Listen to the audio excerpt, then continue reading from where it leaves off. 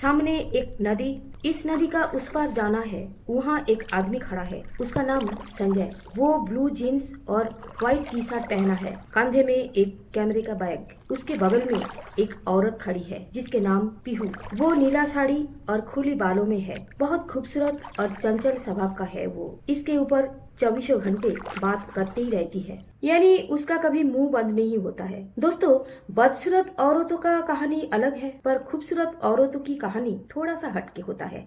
मेरे लिखी हुई इस कहानी खूबसूरत औरत का कहानी है। इन दोनों पति पत्नी है। एक एक दिन होता है ना, दोपहर को शाम जैसा लगता है, क्योंकि आसमान में काला बादल जब छा जाता है। इस दिन भी ऐसा ही है। काला बादल पत्थर जैसा कड़क बन गया था, पर बारिश का नामो निशाना नहीं था। ऐसे काला बादल में नदी के उस पार का पहाड़ को बहुत ही गंभीर दिख रहा है। ऐसे दिनों में कोई नदी पार होकर पहाड़ में चढ़ने का साहस नहीं करता है, पर पीहू सुनेगी नहीं। वो बड़ी जिद्दी स्वभाव का है। यहाँ पहुँचते उन दोनों को बहुत देर हो गया था। सुबह से संजय का कार खराब हो गया था। होटल से इस जगह तक पहुँचना कम से कम 1.5 घंटा लगता है। इसलिए संजय पीहू को रिक्वेस्ट किया था, पीहू आज छोड़ दो, आज छोड़ दो, आज मौसम भी खराब है, हम लोग कल जाएंगे। गाड़ी सर्विसिंग कराने के लिए भेज रहा हूँ, आराम से कल जाएंगे। नहीं, मुझे आज ही जाना है।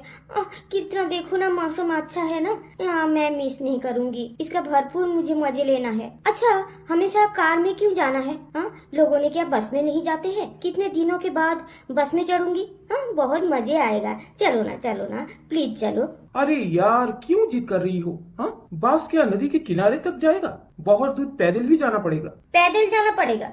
इसलिए डर गया तुम? नहीं, मुझे जाना ही है। संजय आलसी नहीं, अच्छा हट्टा खट्टा तंदुरुस्त इंसान है। उसको तैरना अच्छा आता है। कॉलेज कंपटीशन में क्रिकेट में मेडल भी जीता, पर एक चीज उसका पसंदीदा नहीं था, वो है पहाड़ में चढ़ना। पीहू को भी तैरना अच्छा आ जाता है, क्योंकि बचपन में गांव में नानी के घर में वो पली बड़ी। पर संजय को इस नदी के पार होने से थोड़ा हिचकिचापन है, क्योंकि उस नदी को, पहाड़ को लेकर बहुत कुसंस्कार है, और पीहू तो थोड़ा सा एडवेंचरस नेचर का है, इसलिए उसको वहाँ जाना ही है। संजय फिर से एक बार अपना पत्नी को मनाने का कोशिश करना शुरू किया। आ जाओ डार्लिंग, आ जाओ। देखो तो मौसम कितना सुंदर है ना? हम लोग आज दिन भर होटल में सोते ही रहेंगे, है ना? अच्छा लगेगा। बिल्कुल नहीं, उठो, तैयार हो लो। आखिरकार संजय को जाना ही पड़ा। घर घर आवाज करके बस आकर खड़ा हुआ। कंडक्टर चिल्लाते हुए आवाज लगाया, बोला, ओ भाइयों, चढ़ जाओ, ये आखिरी ट्रिप है, आ जाओ, सारे सवारी आ जाओ। कंडक्टर ठूस ठूस के भरा बस में। सारे गांव का लोग था वहाँ। संजय और पीहू को थोड़ा सा लोग अलग नजरिया में देख रहे थे। ये देखकर कंडक्टर बोला, आइए सेठ जी, यहाँ आ जाइए, है ना?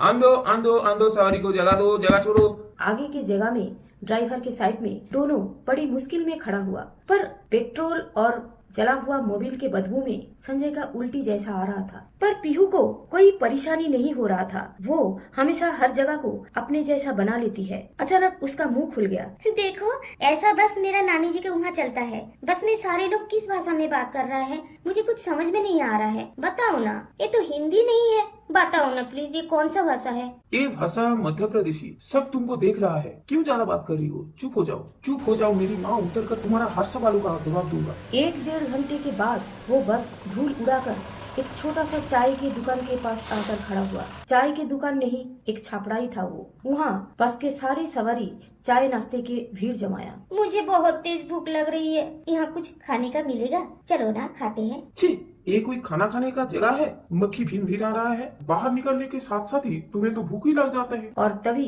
एक आदमी आकर बोला, खानी है तो जल्दी आओ, 2 नंबर टेबल खाली है। टेबल मतलब धूल में भरा लकड़ी का बेंच को 2 हिस्से में काटा हुआ। खाने में सिर्फ पोहा और दूध चीनी के साथ मलाई मारकर चाय। पीहू हमेशा हर चीजों में खुश हो जाता है। वो बोली, मैं कितने दिन के बाद ऐसे चाय पी रही हूँ, बहुत मिस करती थी ऐसे चाय। दोनों कांच के ग्लास में 2 ग्लास चाय पिया उन दोनों, और उसके साथ पोहा। खाते वक्त संजय ने दुकानदार को पूछा, भैया जी, इस रास्ते का नाम क्या है?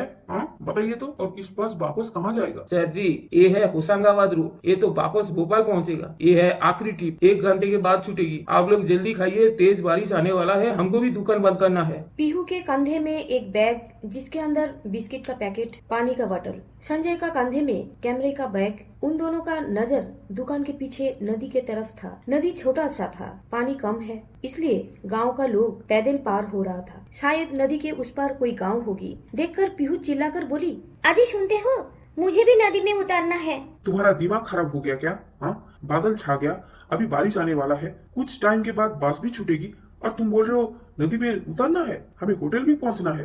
प्लीज 2 मिनट के लिए चलो ना प्लीज। नदी के ठंडे पानी में मुझे थोड़ा सा चलना है। हमेशा पीहू का जीत के सामने संजय हार मान लेता है। वो बोला, ठीक है, बस 2 मिनट। पानी में आकर दोनों देखा कांच जैसा सांप पानी के नीचे, छोटा छोटा पत्थर के नीचे से बहुत सारे मछली इधर उधर भाग रहा था। आसमान का काला बादल से नदी का पानी भी काला दिख रहा था। बारिश आने वाला है, इसलिए ढेर सारे पतंग नदी के ऊपर उड़ रहा था। एक गांव वाला को देखकर संजय ने पूछा, ओ भैया, इस नदी का नाम क्या है? साहब, बेतवा नदी। देखिए देखिए, मछली कैसे पैर के नीचे से जा रहा है। मुझे मछली पकड़ना आता है, फिशिंग रॉड से भी और जाल से भी। गांव में नानी के वहाँ हम लोग पकड़ते थे। आपको शायद पता नहीं है, मेरा मामा जी ने रात को ट्यूब जलाकर एक हंसिया लेकर मछली शिकार करता था। कितना अच्छा लग रहा है, देखो मुझे तो यहाँ डांस करने का मन कर रहा है। भिगाओ तुमको? ए लो पानी ले लो। अरे ये क्या कर रही हो? गीला हो जाऊंगा। पीहू थोड़ा सा पानी लेकर संजय के ऊपर छिड़काया। संजय भी कम नहीं है, वो बोला, अच्छा, मेरे ऊपर पानी छिड़काया? ए लो, तुम्हें तो मैं भिगा के छोड़ूंगा।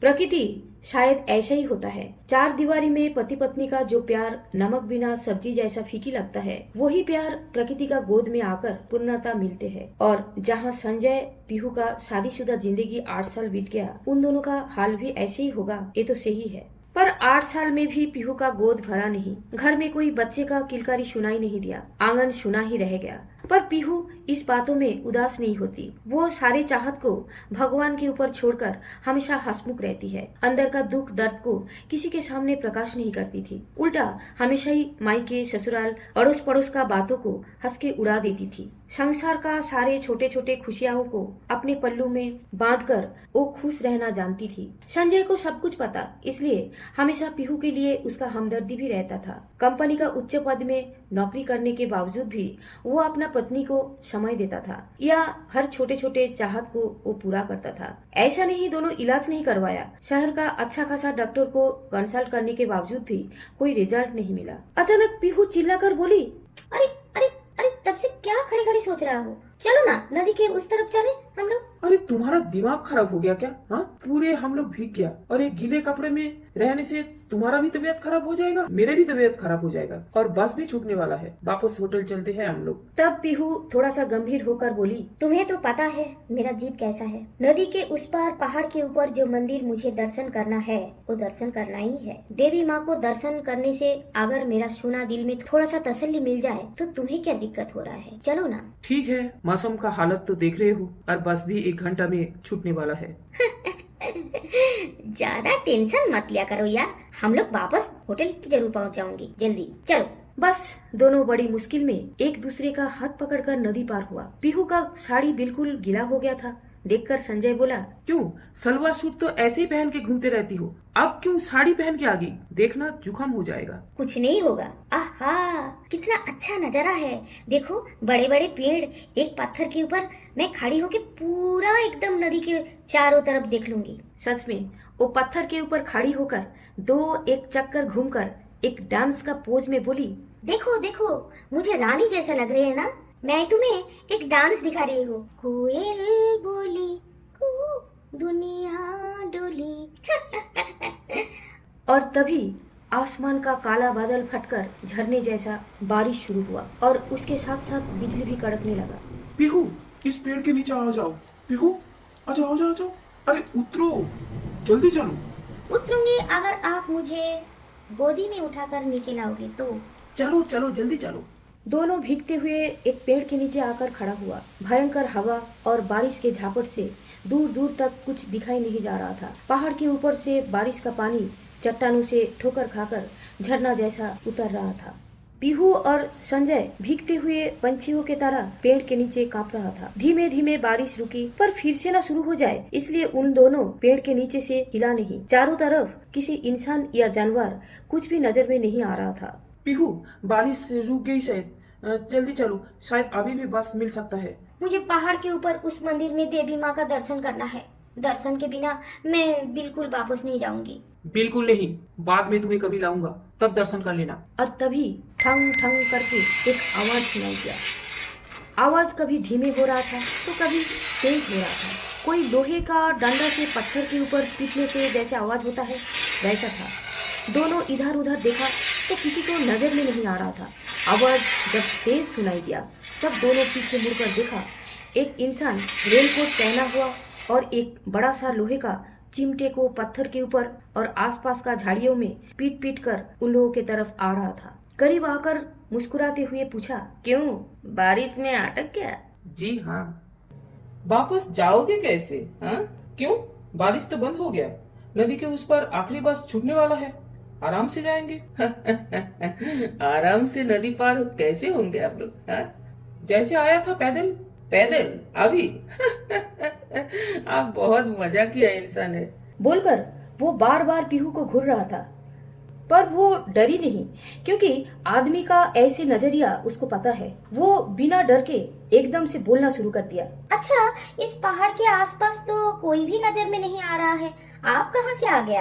आप क्या यहाँ रहते हैं? पीहू का मीठी आवाज सुनकर वो उसके तरफ आगे बढ़ा और एकदम पीछे उसका चेहरे की तरफ देखते हुए बोला, मैडम, अभी जो बोली फिर से बोलिए। क्यों? बरसात के समय तो इधर कोई नहीं आता है, ऊपर से आपका इतना मीठी आवाज से शायद इस पहाड़, जंगल, नदी यानी सारी प्रकृति धन्य हो गया। देखिए तो प्रकृति का नजारे देखिए, अचानक कितना खिल गया है। कुछ टाइम पहले जो आंधी तूफान चल रहा था वो आपका आवाज से ही शांत हो गया। देखिए प्रकृति आपके बातें कैसे शांति से सुन रहा है। संजय उस अजनबी का बातें सुनकर गुस्से में पीहू को धमकाया और बोला, चुप रहो, चलो चलो यहाँ से जल्दी चलो। आप लोगों को नदी पार होना तो चलिए, देखते हैं अभी नदी का हालत कैसा है। आपको आने का जरूरत नहीं है, हम खुद चले जाएंगे। अरे अरे अरे, गुस्सा क्यों कर रहे हैं? आज आप पहाड़ का मेहमान हो, चलिए चलिए। तीनों नदी के सामने आकर पहुंचा। संजय और पीहू नदी देखकर ताज्जुब हो गया, क्योंकि आते वक्त जिस नदी को पार होकर उन दोनों आया था, ये शायद वो वही नदी नहीं है। लहर भी ज्यादा हो गया था और पानी उफान पर था। संजय नदी के पास आकर चिल्ला के बोला, ओह माय गॉड, नदी तो फूल रहा है, उस पर कैसे जाएंगे? बस भी छूटने वाला है। देखिए देखिए कैसे जाएंगे आप लोग। नहीं नहीं, जाना ही पड़ेगा, मुझे तैरना अच्छा से आता है। पीहू, कामन, तुम मेरा पीठ पे चढ़ जाओ, मैं तुम्हें लेकर ही तैर लूंगा। बोलकर संजय पानी में छलांग मारा और पीहू को उसका पीठ में चढ़ने का इशारा किया, पर पीहू पानी में उतर ही नहीं पाई। मिनटों में संजय का शरीर फूलते हुए पानी का धुरने में चकरा रहा था। अरे अरे अरे, ये क्या कर रहे हो आप? वो बड़ी मुश्किल से नदी के ऊपर से पत्थर में खड़ा होकर अपना हाथ बढ़ाया और बोला, आराम से आप अपना शरीर को फंसा के रखिए। लहर मेरे तरफ आ रहा है, मेरे हाथ पकड़ लीजिए। आइए, थोड़ा हाथ लगाइए मेरे तरफ। बस आराम से उठ जाइए। बड़ी मुश्किल से संजय को उस अजनबी ने नदी के पाड़ में ले आया। बहुत सारे पानी पी लिया था संजय। अजनबी उसको पलटी करके पीठ के ऊपर खड़ा होकर दबाना कोशिश किया और पेट से पानी निकाला। क्या हुआ तुम्हारा? क्या हुआ? आँख तो खोल लीजिए, आँख खोल लीजिए, आँख खोलिए आप। मैडम जी, आपका सुंदर हाथों का स्पर्श में और मीठी आवाज से शायद ये जल्दी ठीक होकर चलना शुरू कर देगा। बस 2 मिनट उनको लेटने दीजिए। बोलकर अजनबी मुस्कुराते हुए बार बार पीहू को देख रहा था। अजनबी तब से फ्लर्ट कर रहा था, फिर भी पीहू एक भी जवाब नहीं दिया, क्योंकि वो मुसीबत में पड़ चुकी थी और उसका आदत ही है हर एक प्रॉब्लम में दिमाग ठंडा रखकर लोगों के साथ अच्छा व्यवहार रखना। कुछ टाइम के बाद संजय थोड़ा सा ठीक होकर चलना शुरू किया। चलते वक्त अजनबी ने बोला, चलिए, आज रात आप लोग मेरा मेहमान। सुबह नदी का पानी कम हो जाएगा, तब होटल चले जाना। अच्छा, नदी का पानी इतना बढ़ कैसे गया? आपको पता नहीं है क्या? ये है बेतवा नदी, नर्मदा से बह के आ रहा है। बरसात के साथ साथ ऐसे फूल जाता है, बरसात खत्म होते ही जैसे कि वैसे। आप यहाँ क्या काम करते हैं? मैं ये अजीब सा बिजनेस एक करता हूँ, सांप का बिजनेस। सांप? आपका घर कहाँ है? अजनबी, घर तो भोपाल में। बरसात के 2-3 महीना पहाड़ी जहरीला सांप पकड़ता हूँ। और बारिश के बाद सारे सांप का जहर बाहर करके एक्सपोर्ट करता हूँ। इस काम में तो बहुत रिस्क है। अजनबी पीछे मुड़कर मुस्कुराते हुए बोला, आपका नाम क्या है? मेरा नाम आकाश। आकाश, आप क्या सांप इस चिमटे से पकड़ता है? जी हाँ, इस चिमटे को सांप का पूंछ में चिपक कर सिर के ऊपर 2-4 चक्कर घुमाकर पत्थर में पटक पटक कर उसका थोड़ा सा बेहोश करके पिंजरे में भरता हूँ। घर चलिए दिखा देती हूँ। मेरा पास 2-4 कोबरा है। एक ब्लैक कोबरा इसी पहाड़ के पत्थर में कहीं छुपा हुआ है, उसी के ही तलाश में मैं हूँ। आखिरकार आकाश पीहू और संजय को लेकर अपना घर पहुंचा। घर मतलब पॉलीथीन शीट से बना हुआ एक टेंट। 2-4 महीना रहने के बाद टेंट खोलकर फिर कहीं दूसरे जगह चले जाते हैं उन लोग। टेंट में जाकर जब आकाश अपना रेनकोट खोला तब संजय और पीहू तज्जुब हो गया। लंबे चौड़े बिल्कुल जिम ट्रेनर जैसे लग रहा था वो। घर पहुंचकर पीहू को वो बार बार और घूर नहीं रहा था, बल्कि नॉर्मल व्यवहार कर रहा था। अचानक बोला, अरे आप लोग तो बारिश में बिल्कुल भीग गया। गीले कपड़े में रहेंगे तो बीमार पड़ जाओगे। मेरा 2-4 जोड़ी साफ सुथरा शर्ट पैंट है, वही आप लोग पहन लीजिए। खाने के लिए तो मेरे पास कुछ भी नहीं है। बरसात आ गया था ना, नदी के उस पार जाकर कुछ खरीद ही नहीं पाया मैं। 2-1 ब्रेड रखा हुआ है, उसी में ही पेट भर लीजिए। पर खाने नहीं तो क्या है, पीने का सामान मेरे पास मौजूद है। विस्की पियेंगे? संजय कभी कभी पी लेता है। वो बोला, लाइए लाइए, बहुत ठंड लग रहा है, पीना पड़ेगा। ये क्या, तुम भी पियोगे? बिल्कुल नहीं। आकाश भैया, आपके पास चाय की पत्ती है? मुझे चाय पीना है। चले जाइए उधर, वहाँ स्टोव रखी हुई है, चाय की पत्ती भी मिल जाएगी। पर पीने का पानी बिल्कुल कम है। मैं तो बारिश का पानी ही पीता हूँ। आज बाल्टी रखना भूल ही गया। जल्दीबाजी में सांप पकड़ने के लिए चला गया था। आधी बाल्टी पानी है, इसी में ही आज रात सबको काम चलाना पड़ेगा। कल सुबह नदी से पानी लाऊंगा। पीहू चाय बनाने के लिए जैसे टेंट के साइड में गई और जैसे मोबाइल का टॉर्च ऑन किया और तेज चिल्लाना शुरू कर दिया वो। अरे अरे, तुम लोग इधर आओ, इधर आ जाओ। अरे तुम लोग किधर गया? आओ आओ, इधर आओ, मुझे बचा लो। ये क्या है? आवाज सुनकर संजय दौड़कर जाकर देखा। पीहू डर के मारे कांप रही थी और मोबाइल का टॉर्च का लाइट में संजय भी देखकर चौंक गया। वहाँ 4 पिंजरा था और उसके अंदर कुछ मोटे पतले सांप फन उठाकर कुंडली पकाकर बैठा हुआ था और कभी कभी जीभ निकालकर हिस हिस करके आवाज कर रहा है। ये क्या? ये कैसे आवाज कर रही है? कहाँ से आवाज आ रहे? यहाँ आप कैसे रहते हैं? हाँ, हम लोग यहाँ नहीं रह सकते हैं। पीहू, टेंट से बाहर चलो। पूरी रात पेड़ के नीचे बैठे रहेंगे, सुबह चले जाएंगे यहाँ से। डर गया?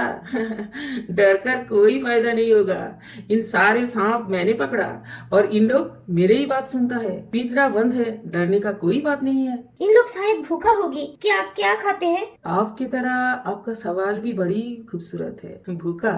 हाँ मैडम, जंगल में मंगल होता है, क्योंकि यहाँ पेड़ पौधे, जंगली जानवर, कीट पतंग सबको मेहनत करके अपना गुजारा करना पड़ता है, इसलिए कोई यहाँ भूखा नहीं रहता। पर हाँ, जिनको पकड़ के लाओगे उसका आदत बिगड़ जाता है। पर सांप ज्यादा खाता नहीं, वो दिन में एक बार भरपेट खा लेता है। मैं इन लोगों के लिए 2-4 मोटे ताजे मेंढक पकड़ के पिंजरे में फेंक देता हूँ। और इन लोग लालच के मारे जिंदा खा जाता है और धीमे धीमे पचाता है। आलसी जानवर है ना। आकाश थोड़ा सा पीहू के पास आकर फुसफुसाते हुए बोला, भूखा तो मैं भी हूँ। आपको अगर प्रॉब्लम नहीं है तो क्या अभी खा जाऊँ? पीहू इतना खराब प्रस्ताव सुनकर अपना दिमाग ठंडा रखकर अपना पति को बोली, चलिए यहाँ से चलिए, इस सांप से दूर रहते हैं, उधर जाकर बैठते हैं। तुम्हारा दिमाग खराब हो गया? यहाँ बैठना तो दूर की बात, 2 मिनट खड़े होने का भी मेरे मन नहीं कर रहा है। चलो बाहर चले। बाहर जाओगे? हाँ, रात बहुत हो चुका है, शायद 10 बज रहा है। जंगली जानवर लोगों का बाहर आने का टाइम हो रहा है। इस टाइम में अगर आपको उन लोग बाहर देखा तो सीधे मुंह में भर के पेट में चालान कर देगा। आवाज सुन रहे हैं जंगली जानवर का? पीहू बुरी तरीके से अंदर ही अंदर घबराते रही। बाहर संजय को दिखाया कुछ नहीं हुआ, क्योंकि उसको पता था संजय मना करने के बावजूद भी वो देवी माँ को पूजा चढ़ाने के लिए नदी पार हुई थी। जिस मंदिर को गांव वाला सर्क बोलते हैं, उस सर्क राज्य में भी कोई खराबी हो ही नहीं सकता। यही पीहू का मन में विश्वास था, जिसलिए टेंट के अंदर सांपों का खतरा, बाहर जंगली जानवर का खतरा, ऊपर से आकाश जैसा खराब नेचर का इंसान उसके बार बार परेशान कर रहा है, वो मुंह बंद करके झेल रही थी। अगर आकाश का बारे में वो एक शब्द अपना हस्बैंड को बोली तो उसी टाइम ही दोनों का लड़ाई शुरू हो जाएगा। पीहू, पीहू, क्या तुम चुपचाप क्यों बैठी हो? आकाश एक खटिया दिया। चलो यहाँ ही थोड़ा सा लेट जाते हैं। लेटेंगे? क्यों? आराम से सो जाइए। रात भर मैं आप लोगों का पहरादारी करेंगे। आप कहाँ सोएंगे? मैं सांपों का पिंजरे के पास चटाई बिछाकर सो जाएंगे। दिन भर थकान के बाद जैसे संजय को बिस्तर मिला वो सो गया, पर पीहू बिल्कुल आंख बंद कर नहीं पाई। एक तो आकाश का दिया हुआ कपड़ा पहनकर उसको घिन आ रही थी, क्योंकि गीले कपड़ा पेड़ के ऊपर सुखा के वो आई थी। ऊपर से रात भर सांप का हिस हिस आवाज, और ऊपर से आकाश जैसा एक खराब नेचर का आदमी एक ही टेंट के अंदर मौजूद रहना। सब कुछ सोचकर उसका गला सूखने लगा, घबराहट होने लगा। वो अपना हस्बैंड को चिपक कर लेटे रही। कुछ टाइम के बाद पीहू को एहसास हुआ कोई खटिया के चारों तरफ घूम रहा है। वो आंख बंद करके भगवान का नाम लेते रही। आते वक्त पीहू सांपों का पिंजरे के पास बंदूक भी देखी थी। उसके ये भी डर लग रही थी, अगर आकाश संजय को बंदूक से मार दिया तो उसका क्या होगा। पर आकाश ये सब कुछ नहीं किया। रात को पीहू को नींद नहीं आई थी, वो सुबह का इंतजार कर रही थी। कुछ टाइम के बाद जैसे थोड़ा सा उजाला देखी, वो मन ही मन खुश होने लगी। आकाश से वो उस दिन बच गई। सुबह उठकर संजय पीने का पानी का इंतजाम में आकाश के साथ नदी किनारे जाते वक्त पीहू को बोला, तुम इधर रहना, बिल्कुल इधर उधर मत जाना। हाँ, यहाँ ही बैठे रहना। हम लोग अभी गया और अभी आया। रुकिए रुकिए रुकिए, मेरा चिमटे तो लेने दीजिए। बरसात के बाद सुबह का उजाले में सांप बाहर निकलते हैं धूप खाने के लिए। हो सकता है आज के दिन मुझे 2-4 सांप भी मिल जाए। उन लोग जाने के बाद पीहू आराम से एक पत्थर के ऊपर बैठकर हंसते हुए बोली, दोनों जल्दी आइएगा। हाँ, मुझे माता रानी को दर्शन करने के लिए सीढ़ी चढ़ना है। जी मैडम जी। नदी किनारे में जाने के बाद संजय और आकाश बाल्टी भर के पानी लिया। आकाश नदी का साइड का गड्ढे में चिमटे घुसाकर सांप ढूंढना शुरू किया। कुछ टाइम के बाद आकाश एकदम से चिल्लाकर बोला, अरे यार, मैंने तो मेंढक लाना ही भूल गया। टेंट में 2-4 जिंदा मेंढक मैंने छोड़ के आया था। अरे एकदम भूल गया। अगर वो ना ला के दूं, वो गड्ढे से सांप बाहर निकलेगा ही नहीं। बोलकर संजय को बोला, 2 मिनट में मैं दौड़कर मेंढक लेके आ रहा हूँ, आप यहाँ इंतजार कीजिए।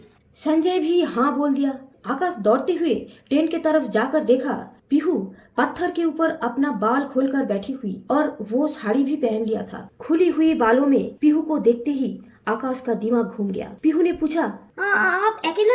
हाँ, मेरा हस्बैंड कहाँ गया? हस्बैंड गया पानी में। मतलब आप क्या बोल रहे हैं? हाँ? मैं हूँ ना, हस्बैंड का काम मेरे से चला लो।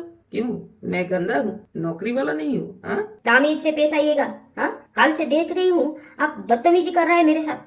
हाँ, मैं तो बदतमीज हूँ ना, इसलिए तो काल से मेरे पास आकर रुकी। हाँ, और मैं सबर नहीं कर पा रहा हूँ। बोलकर आकाश एकदम से छलांग मारकर पीहू का हाथ पकड़कर अपने ओर खींचा। अरे आप क्या कर रहे हैं? हाँ? हे भगवान, मुझे रक्षा करो। हे भगवान, मुझे रक्षा करो। कोई है, मुझे बचाओ, मुझे बचाओ। कोई नहीं आएगा। तुम्हारा पतिदेव को यहाँ पहुँचते पहुँचते घंटे भर लग जाएगा, क्योंकि वो शहरीला बाबू है ना। इतना जल्दी में पहाड़ चढ़ना उन लोगों का आता ही नहीं है। छोड़ मेरा हाथ, छोड़। नहीं छोड़ूंगा। बोलकर वो साड़ी का पल्लू खींचकर पीहू को झपट लिया। मुझे छोड़ दे। मैं तेरा क्या बिगाड़ा था? बोल, मैं तेरा क्या बिगाड़ा था? बिगाड़ा? बहुत कुछ बिगाड़ा। मैं कभी इतना सुंदर औरत जिंदगी में देखा ही नहीं हूँ। हाँ, मुझे सुंदर कुछ नहीं मिला। क्यों नहीं मिलेगा मुझे? बोल। मैं गरीब बोलकर, मैं भी तो इंसान। मैं 12वीं तक पढ़ चुका, पर क्या हुआ, सिफारिश के बिना मुझे कोई नौकरी नहीं मिला। पापा मुझे घर से भगा दिया। मुझे गंदा सा घिनौना सांप पकड़ने का काम करना पड़ रहा है। हाँ, मुझे भी अच्छा जिंदगी चाहिए। तुम्हारे जैसा सुंदर सी नारी भी मुझे चाहिए। पीहू बड़ी मुश्किल से खुद को छुड़ाकर बोली, शांत हो जाओ। मेरा पति है, मैं और किसी का अमानत हूँ। किसी दूसरे का चीज छीन लेना पाप बोलता है इसको। मुझे छोड़ दो, कृपा करो।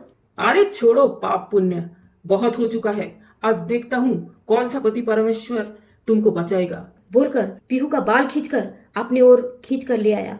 2-4 थप्पड़ भी लगाया। बोल, क्यों कर रही है ऐसे? मेरे पास आजा, बोल, ले। रहम खाओ, विनती कर रही हूँ, रहम खाओ। नहीं करूंगा। तू मुझे पागल कर दिया। जबरदस्ती बढ़ते गया। अचानक पीहू को नजर गया एक बड़ा सा पत्थर का टुकड़े की तरफ। वो उठाकर बोली, एक पाँव अगर मेरे तरफ बढ़ाया, इस पत्थर से मैं अपना सिर फोड़ लूंगी। अच्छा, ऐसा है क्या? हाँ, मैं भी तो देखूं तुम्हारे अंदर ताकत कितना है। बोलकर वो फिर से जबरदस्ती शुरू किया। छीना झपटी में पीहू का हाथों से पत्थर गिर गया और पीहू का पता ही नहीं चला। सच में उसके अंदर इतना ताकत कहाँ से आया। वो खुद को बचाने के लिए आकाश के एक पैर के अंदर खुद का पैर फंसा दिया और आकाश बैलेंस नहीं रख पाया और पलटी होकर गिर गया उसी पड़ा हुआ पत्थर के ऊपर। पत्थर का कोना सिर में लगकर बहुत तेज खून निकलना शुरू हुआ। फिर भी वो उठकर पीहू के तरफ आने का कोशिश कर रहा था कि पीहू उसी पत्थर को उठाकर उसका सिर में पटक पटक कर मारी और बोली, मुर मुर तू, मुर मुर।